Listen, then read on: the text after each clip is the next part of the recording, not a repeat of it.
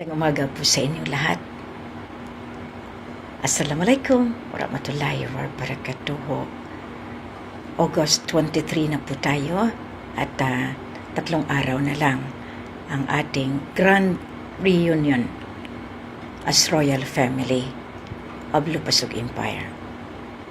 Kung makita ninyo sa Facebook, maalala ninyo na napakarami natin noong February 14, 2017. Pero hindi pa rin nakinig ang mga liderato sa politiko, sa militar, at umarangkada pa rin ang pagsuporta nila sa claimants. Napagbaybay na natin lahat, nahimay-himay na natin lahat. Hindi pa rin nila makuha. Dahil ang pinakadulo ng ating royal family ay ang World Bank, Commonwealth, Philippines, Island, Federal Republic. Nandito na ako. Naipanalo ko na kayo. Itong selebrasyon ay para sa inyo. Luha, pasakit, pero napagtagumpayan ko dahil sa pagmamahal ko sa Mindanao.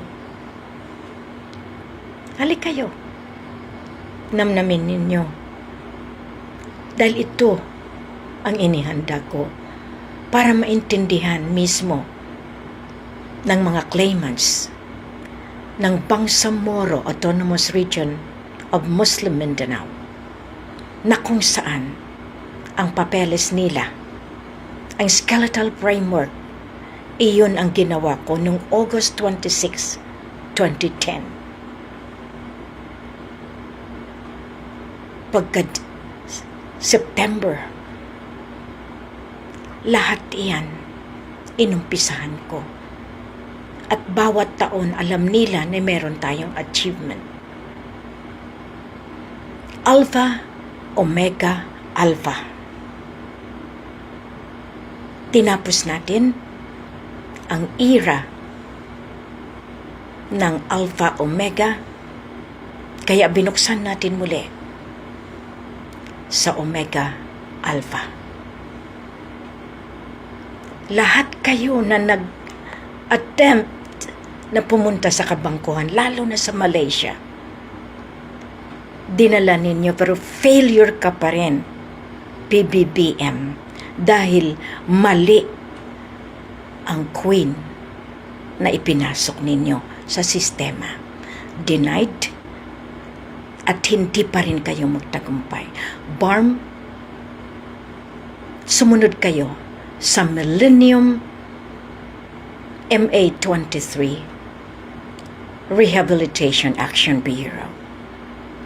All are reversed. Ngayon, nabawi natin ang Quran na ginagamit ninyo. Tapos na ang paghari-harian ninyo. Tapos na ang paglamar ninyo.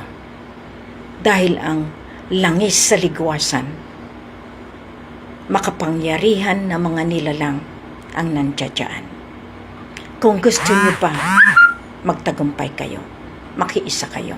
Nandito na ako sa lupang pangako. Kung saan ako nagmula, doon ko tatapusin.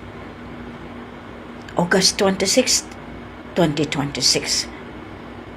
Ito ang napagtagumpayan ko. Nailabas ko mismo ang ating kaharian.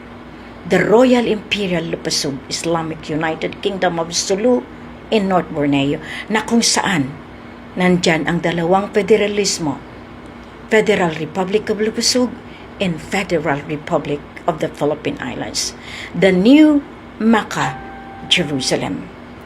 Kita-kita tayo. Maraming salamat.